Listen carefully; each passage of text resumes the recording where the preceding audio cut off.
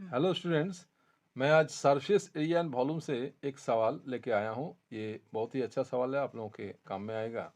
तो इस सवाल में है कि the diameter of the internal and external surface of A hollow spherical shell. देखिए, ये हॉलो स्फेरिकल सेल ऐसा होता है, ये हॉलो स्फेरिकल सेल है। तो इसका दो डायमीटर होता है, या रेडियस भी कर सकते हैं। अगर दो डायमीटर है तो दो रेडियस होगा। तो ये बड़ा वाला जो मैंने बाहर से जो है इसका, वो बड़ा आर से रिप्रेजेंट किया हुआ है, और इनर जो रेडियस है वो छोटा आर से रिप्रेजेंट किया गया है। आउटर रेडियस को बड़ा और इनर रेडियस को छोटा आर से। तो यहाँ कहा गया है, डायमीटर दिया है एक्सटर्नल और इंटरनल। एक्सटर्नल मतलब आउटर और इंटरनल मतलब इनर जो होता है। तो इंटरनल जो है 6 सेंटीमीटर डायमीटर है और एक्सटर्नल जो है 10 सेंटीमीटर है। ये हॉलो सिलेंडर सेल का, स्फेरिकल सेल का। तो इसको गला के, it is melted and recast, इसको गला के फिर इससे एक नया सिलेंडर बनाया गया है। And recast into A solid cylinder of A diameter, उस सिलेंडर का डायमीटर है जो है कि 14 सेंटीमीटर है, तो इसका रेडियस 7 सेंटीमीटर होना चाहिए। तो अगर ऐसा है तो इस सिलेंडर का हाइट निकालना है कि हाइट कितना होगा। मतलब हॉलो स्फेरिकल सेल को गला के एक सिलेंडर बनाया गया है, तो उसका रेडियस दिया गया है, लेकिन उसका हाइट बताना है कि हाइट कितना होगा। चलिए सवाल को बनाते हैं। तो यहाँ पर सबसे पहले हम लोग लेट करेंगे, जिसे ये लेट द इंटरनल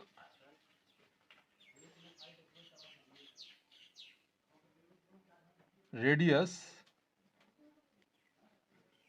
इसको ओ भी कह सकते हैं, एंड द आउटर रेडियस, या एक्सटर्नल भी लिख सकते हैं,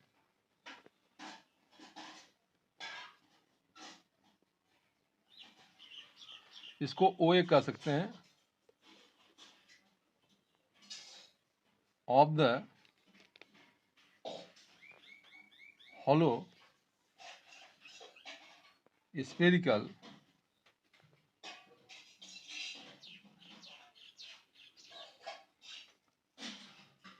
सेल। डी, ये आपका जो इंटरनल है रेडियस वो आर से रिप्रेजेंट किया हुआ है, एंड और जो आपका एक्सटर्नल है उसको बड़ा कैपिटल आर से रिप्रेजेंट किया गया है रेस्पेक्टिवली।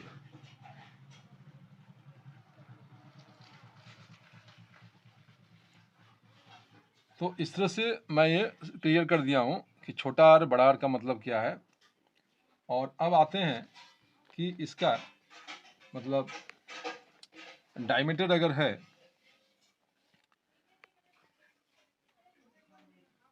डायमीटर एक्सटर्नल डायमीटर जो है,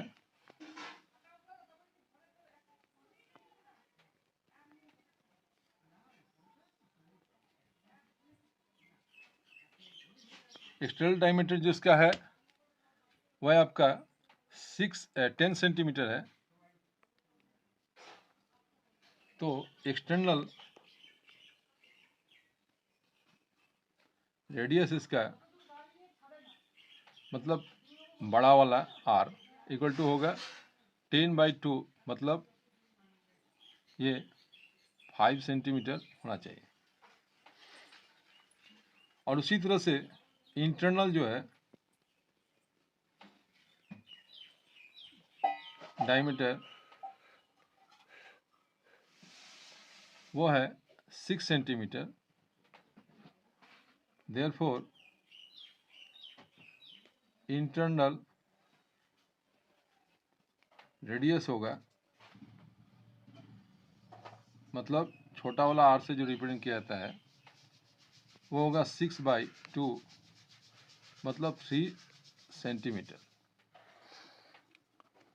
इसके बाद हम लोग को निकालना है कि कैसे इसका वॉल्यूम निकालेंगे इस हॉलो स्फेरिकल सेल का।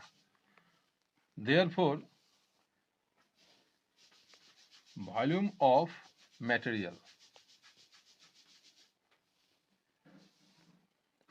of the hollow spherical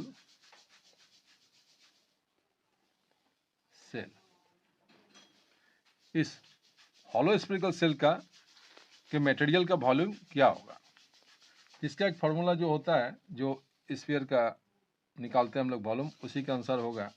इस स्फीयर का वॉल्यूम होता है 4/3 पाई आर क्यूब होता है, मगर यहाँ तो R 2 है, इसीलिए कैपिटल R और स्मॉल r में जो डिफरेंस होता है उसको दिखाना होगा।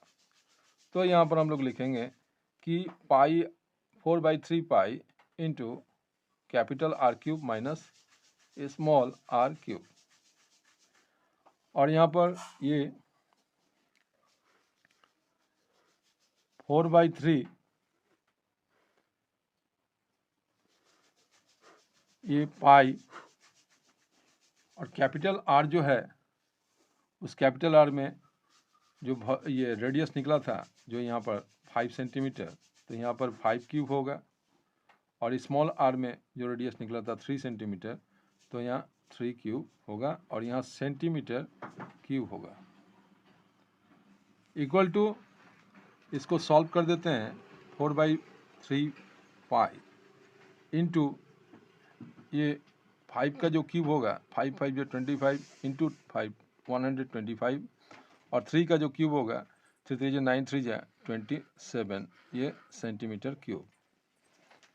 इसके बाद एक बार और इसको सॉल्व करते हैं, तो ये हो जाएगा, माइनस करने से ये आता है 98। तो इतना मैं सेंटीमीटर क्यूब यहाँ लिख देता हूँ।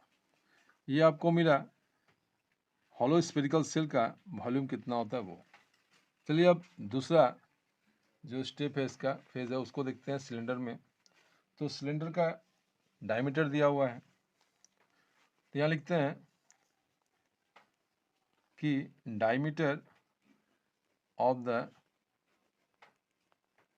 सिलेंडर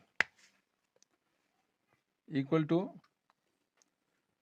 है, मतलब 2r इक्वल टू है 14 centimetre. Therefore it's radius will be, मतलब r इक्वल टू ये 14/2 मतलब 7 सेंटीमीटर होगा। तो एक स्टेटमेंट मैं लिखना चाहता हूँ कि as the spherical shell is melted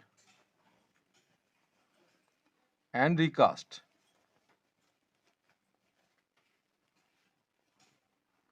into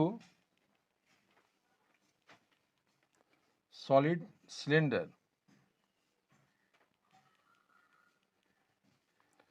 में इसको मेल्ट करके रिकास्ट किया जाता है स्फेरिकल सेल को, इसीलिए दोनों का वॉल्यूम जो है वो सेम होना चाहिए। किसका किसका?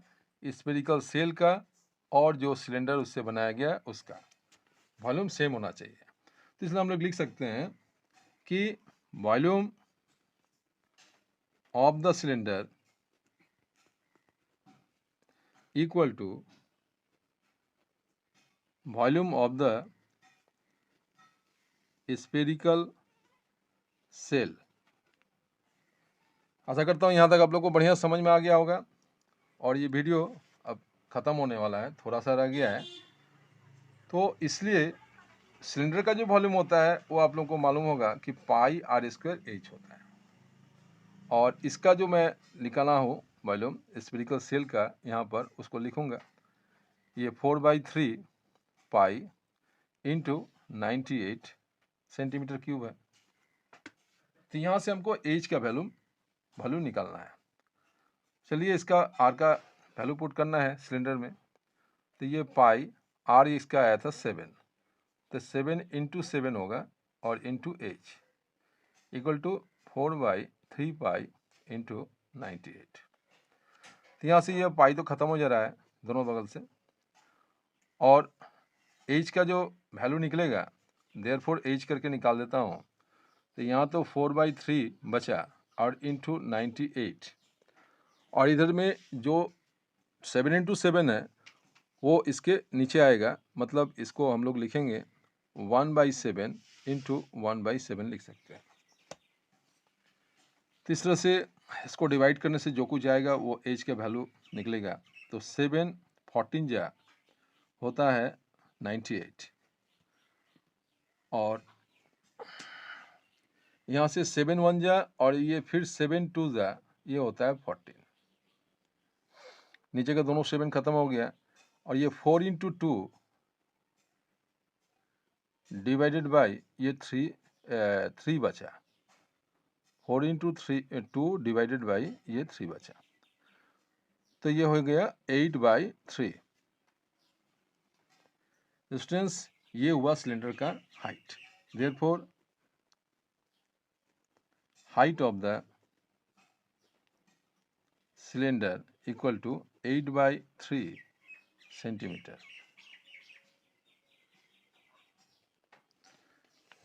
तो ये इसका आंसर हो गया।